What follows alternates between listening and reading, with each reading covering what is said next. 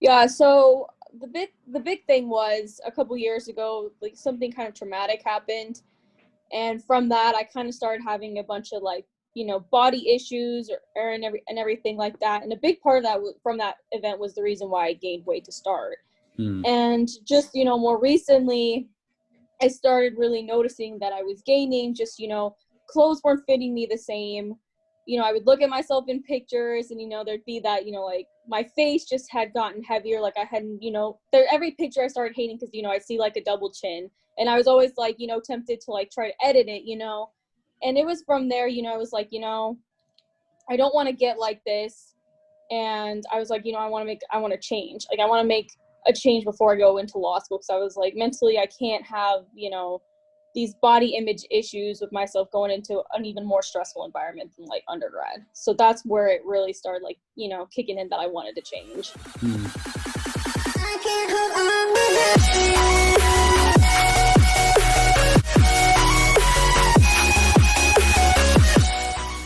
Hey, welcome to the Cel-Lab Slim podcast. We're speaking with Melanie Mears Bonilla today. You can find her on Instagram. It's Melanie Mears _ Mears is MEARS. And you can check out her pictures. She's lost a ton of weight, and there's pictures of her and her boyfriend, both of whom have lost like incredible amounts and achieved amazing things already, and are still in the middle of their journey. And she's always available to answer DMs and talk to you, tell you how she got started, what motivates her, etc. And you'll see she's pretty big on diet and motivation. So without further ado, Melanie. So thank you for joining me for a chat. This is awesome. Of course. I saw you on Instagram and I thought your story is pretty compelling. All right. So tell me your story. Like where do you come from? What's your backstory? Okay, so I'm originally from Kansas City, Missouri. I just graduated on my undergrad from Creighton University, and now I'm in law school, first year student. Nice. Yes. Let's see, what else about me. I guess originally I only lived there for 2 months, but originally I was actually born in Mexico, but I moved here when I was 2 years old. Yeah, I have family there and everything. Which part were you born in? I was born in Mexico City. Oh, nice. Cool. Yes. Only 25 million people. Oh yeah, just only 25 million. Very intimate. I never lived there, but I went there quite a bit. It's an amazing city. Yes, it's beautiful. A little big for my taste, but to visit, it's very pretty. It is big, but it's funny. I've lived in a lot of big cities at this point. Driving in Mexico City is probably the craziest driving I've ever been a part of. Yeah, I didn't drive, but it was pretty scary. I only drove a few times, but yeah, it was definitely pretty intense. It's those intersections where you don't have a stoplight and you don't have any, like, it's just you kind of look and who goes first. Those are the ones. Oh yeah, and even at the stoplight, sometimes people will still go through if they don't see anybody coming. Totally. People drive really well though. It's just that it's like high stakes. It's very different than like the American defensive driving. Oh, for sure. All right, so you're in law school now, and then so you must be incredibly busy. Like, what's your day like?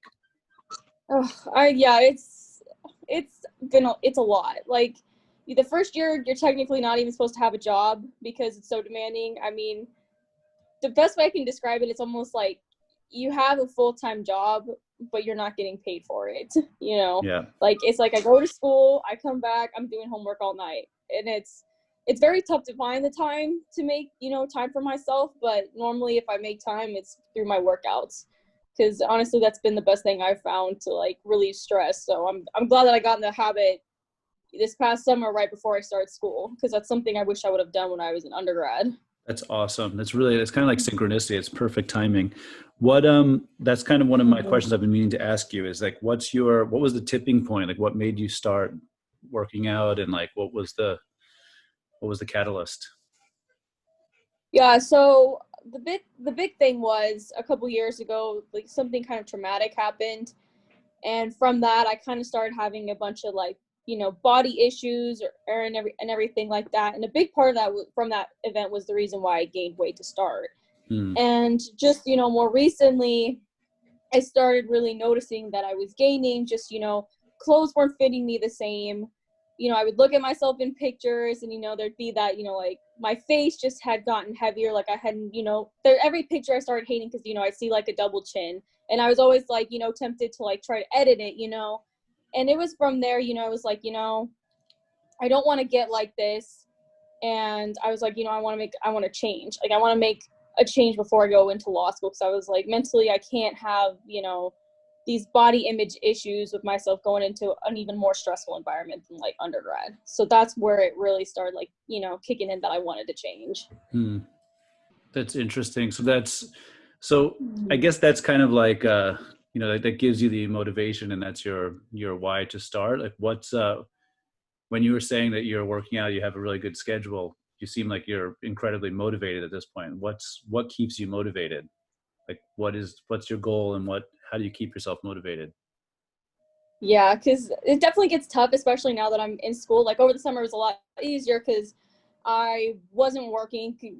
And so, that was a lot easier. But now that I'm in school, what keeps me motivated is, kind of checking, like, sometimes back at my own progress, just seeing how far I've gotten. And it's like, if I've gotten this far, I can keep going. And just kind of seeing some other people who, because there was one girl in particular that kind of started motivating me. Like after seeing how well she was doing, it's like, I can do that. And so kind of, looking at other people. And also I sometimes, have like kind of like a little playlist of songs that will keep me motivated on, even especially on days where it's like, oh, I don't feel like doing anything, but I was like, no, you got to do this because, every time I work out, it makes me feel really good, especially with like the stressful environment that I'm in now. So that's what keeps me going. That's cool. Do you save the playlist? Like, is that something you'll put on before you go work out? Usually. That's cool. Also, do you work out alone, or are you working out with a partner? Usually it's alone, but I also like will work out with my boyfriend because we both kind of started our little like fitness journey together. So it's kind of also helped that I've had someone else to keep me motivated too. We kind of keep each other like accountable. Yeah, I think the accountability is a major factor. That's why I asked that. I saw his pictures actually, so I've been stalking you, so I know what's going on. He's lost a lot of weight as well. I saw that. Yeah. He looks good as well. I mean, it's incredibly impressive. Like it's just so much weight loss, and I know it's so hard to do. I saw from your feed on Instagram that you had to overcome some obstacles, as far as like you mentioned that you had kind of PTSD. How did you do that? Like it seems like from your pictures right now, you seem so upbeat and so like so chill. So I mean, how did that happen? What was the journey? Yeah, that was very tough because that happened a little more than like 2.5 years ago when I started to get the PTSD. And, maybe my pictures before, maybe I possibly had looked upbeat, but it just wasn't the same. Like, I just didn't feel, like, I feel like even when I look back, maybe just because I can see it in myself, I wasn't so happy. But it took a lot. Like I said, for me, it really wasn't easy to get started on the fitness because I tried starting last October and I just kind of kept making excuses. Like I would work out, but I realized the big important part of it is nutrition. And even since I've changed my nutrition, that has changed my mood a lot because honestly, my body has felt, like healthier. I feel more energized. And once I started seeing like those little changes just from like maybe the few couple weeks that I even started, that's when I realized, I can get through this. And yeah, there was those obstacles where it was like, you get frustrated every once in a while if you didn't see a change on the scale or, things like that. But overall, like I just kept finding ways to, I don't know, like I said, I would just kind of look at other people and see how they were doing to kind of keep me motivated. Just like that was like a way of keeping myself accountable. What were a couple diet changes, like a couple things that really made a huge difference? Yeah, so the really big difference for me was I drink a lot of sweet tea. And that's a huge change from my diet because I would drink it all the time. I've never been a huge fan of water. I mean, I've gotten a lot better now that I've changed my habits, but sweet tea was a big part. Like, I've never been a huge like pop drinker, like every once in a while, but sweet tea was what really got me. And also, I used to kind of drink a lot too, and that didn't help. That's another question I actually have written down for you is, do you drink? And if you still do drink, how do you do it? How do you manage that? Because I like to drink. I'm always curious how people do it. Yeah, I mean, if I go out or, you know, with a friend or something, let's say like go out to eat or something, you know, I'll get like, you know, a big cocktail or something. But if it's just me more at home now, it's more I'll drink like those seltzers. I've never been a big beer person, but, you know, those seltzers, the ones I've been drinking, they don't have any sugar. They'll have like one carb or something and like a low amount of calories. So if I do drink, I've kind of switched to those. You buy them like I used to pre-made, buy like those mics that were super sugary or something. Yeah, right. That's what I'm going to ask you. Like, are you buying stuff that's pre-made or are you making it yourself? No, just pre-made. Cool. Who makes it pre-made like that? I actually can't think of any. Like, I've been drinking like either like those White Claws or like those Smirnoff made these seltzers, and they're a lot like healthier compared to like the drinks I used to drink, like Mike's that's super sugary. Or I actually make it myself. I have a Soda Stream, and then I'll sparkle the water, and then I'll add it to wine and stuff. That way, I'm controlling it. Right. So like, that's a good way of I can add a little bit of sugar or like a little bit of lemon or something. I really like it with lemon. To me, like lime, a little sugar, sparkling water, and wine with a lot of ice cubes. I mean, that's actually one of my tricks is ice cubes. Ice cubes makes everything kind of last longer, and you can kind of chew on the ice. So it's like, I don't know, it just feels more satisfying. For me, it's like a mental trick. But yeah, I'm always curious. Like, I know some people will drink, you know, they'll drink just straight alcohol, like straight tequila. Somebody was saying that I just spoke to, and then a straight whiskey. That way you're getting your sugar spike all in one shot, and you're not really, you know, elongating it. Like a cocktail is the worst, right? Because you're getting all that sugar plus the sugar of the alcohol, the sugar of the mixer, the sugar of the alcohol. If there's a second alcohol, you know, like all of it's combining. Of course, they're delicious. Yeah, that's more like a margarita. once in a while thing. Yeah, sure. That's why I asked that. That to me it's always pretty interesting. Oh yeah, so I have a couple of questions, like kind of bang questions. You can just give me a short answer. So one of them is, what is your cheat food? My cheat food. Honestly, one of my favorite cheat food is probably just getting Mexican food. Yeah, for sure. Like getting tacos or something. I was thinking like tortilla, taco. Yeah, exactly. Yeah.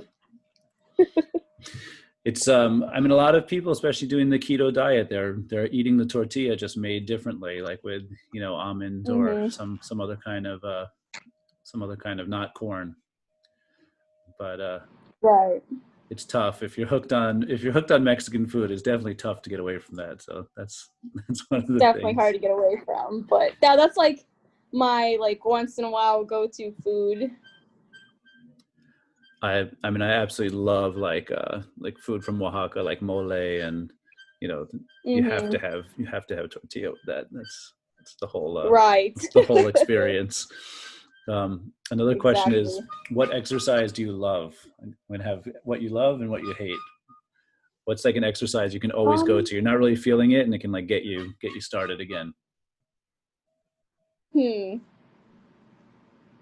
Honestly, the program that I lost like most of my weight from so far was like one of those high intensity interval training. So I really like those. I just like how fast paced it is.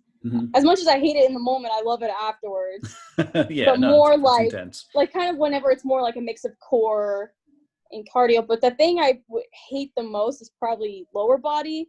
But that's just because back when I was a senior in high school, I hurt my knee and had surgery. So it kind of, doing too many lunges or something like that will kind of bother my knee. So I kind of have to like modify more when I'm doing lower body.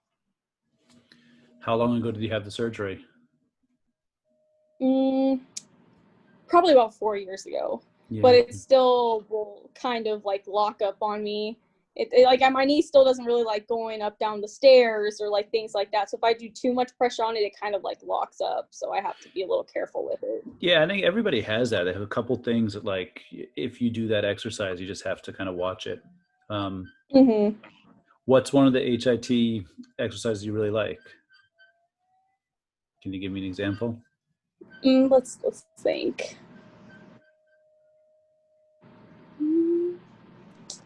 Like, I feel like I like the ones that are more like cardio, because there's like different ones. Like ones were more like, upper body, or like a mix of all of them. Those ones I did not like when it was a mix of like upper body, lower body. I didn't like that. I think I liked it more if it was geared towards cardio. So like, I don't know, where's some workouts that I'm trying to remember what all I did when I did it. That's good though, that you're doing enough that you're like, just like it's a kind lot of like jumping, and I don't know. Like, I was going to suggest the one that I think to me is like kind of it's like one of the staples of, what I do and what I tell people to do is to get on your back, almost like you're about to do a sit up, but then to jump back to your feet and then jump up.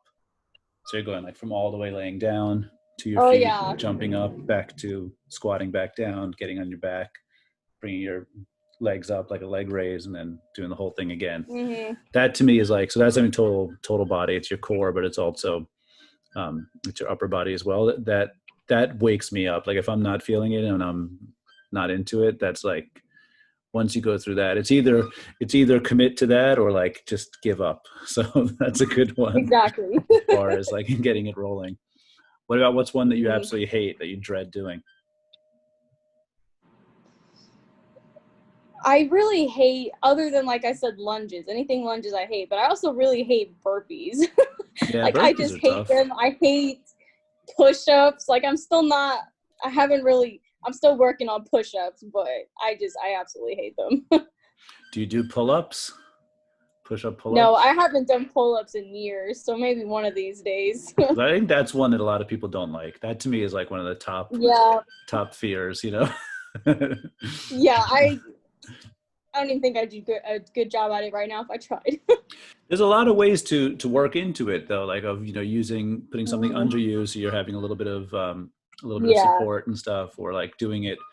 One that I always like is doing it where you're kind of leaning back, so you're not actually pulling up straight up. You're pulling up like at a 45-degree angle. So it's kind of like a back workout, but it's your momentum is a little different. I think that's a really nice way, especially if you're a little injury prone. That's a really nice way to work into it. I can send you something later. I'll show you what I mean. Then one other question I have for you is, if you're talking to somebody who's like, they haven't started yet, they're just thinking about it, what would you tell them? Yeah. So I've actually had a couple people recently kind of reach down, kind of ask what I've done. And I told them the big thing, at least for me, was really changing the nutrition part. Because, fitness is obviously very important, because, you want to be able to maintain your muscle as you're losing the weight. Oh, hold on just a second.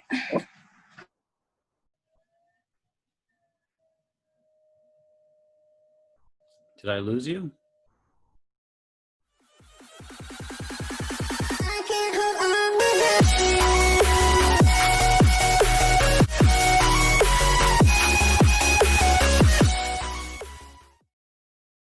It does appear that we've lost Melanie for the remainder of this. I really was just going to ask her one more question and then actually let her be, to be honest, but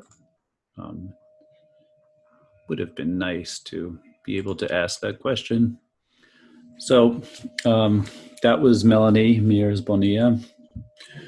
And as you can hear, basically her main thing is to concentrate on your diet. So I mean, it's not just the working out; it's also what you eat and how you handle your diet is really important. So I think it's kind of a major theme. I think a lot of people are saying that. A lot of people, if you go through Instagram, you see a lot of people doing the keto diet, and then a couple other really popular diets, or just generally, watching what you eat, eating more healthy, trying to reduce the total amount of carbs. So that's kind of case by case. But I think it's really a quite inspiring thing that you can start working out and get really inspired. Melanie was mentioning using music to kind of pump you up. there's plenty of days where you wake up and you just don't feel like doing it. So there's got to be a way to, get you interested, get you going. And I think everybody has to find that themselves. Like for me, music's definitely a big one. Another thing is, obviously, since I coach tennis, I'm always trying to use tennis both to inspire me and to keep me interested, because if I'm playing tennis, I basically don't feel time passing. So I could do a couple hours as if it's the blink of an eye, which is, a huge plus. But then there's also the thing of if I play somebody and they're tough, it makes me want to be in better shape, because a lot of the thing for me that holds me back is my weight. So if I can be a little bit, skinnier, lighter on my feet, I think all sports is kind of like a dance. The lighter you are on your feet, the better your footwork, the better you are. So it's a nice thing to have like a, concrete goal. Like I want to play tennis better. I want to be able to move my feet better. I want to be lighter on my feet. That kind of helps me organize my thoughts and my motivation. But motivation is the key. And, everybody who talks to me has their little tricks for motivation, whether it's music or, training for something or trying to get to a goal weight or something. But I think that's pretty much the thing. If you go on Melanie's timeline, let me give you her. It's Melanie Mears _ if you go on her Instagram, you'll see, she's done amazing things. You'll see how much weight she's lost, and her boyfriend as well. You'll see pictures of both of them. They're amazing pictures. So go on that. Once again, it's Melanie Mears, MEARS _ So you can see her there, and you can chat with her and kind of, I know it's kind of finished, like unfinished. So you can get her, you can get her final thoughts. You can get the answer to her final question too, which is what advice would she give somebody just starting out? So that's kind of a funny way to finish it. So anyway, thank you. We're always here. If you have any questions, you can leave comments in the comments below. You can email me at Cel-Lab Slim, which is cell.lab.slim@gmail.com. Of course, you can find me, same thing, Cel-Lab Slim, at Instagram. We're also on Facebook. We have a YouTube channel, so you can find me a multitude of places and ask me anything. I'm always around to answer your questions. Thanks for listening. I think this was a really good one. I wish we would have ended with without a Wi-Fi breakup, but that's 2020, isn't it? All right, this is Ralph for Cel-Lab signing out. Thanks.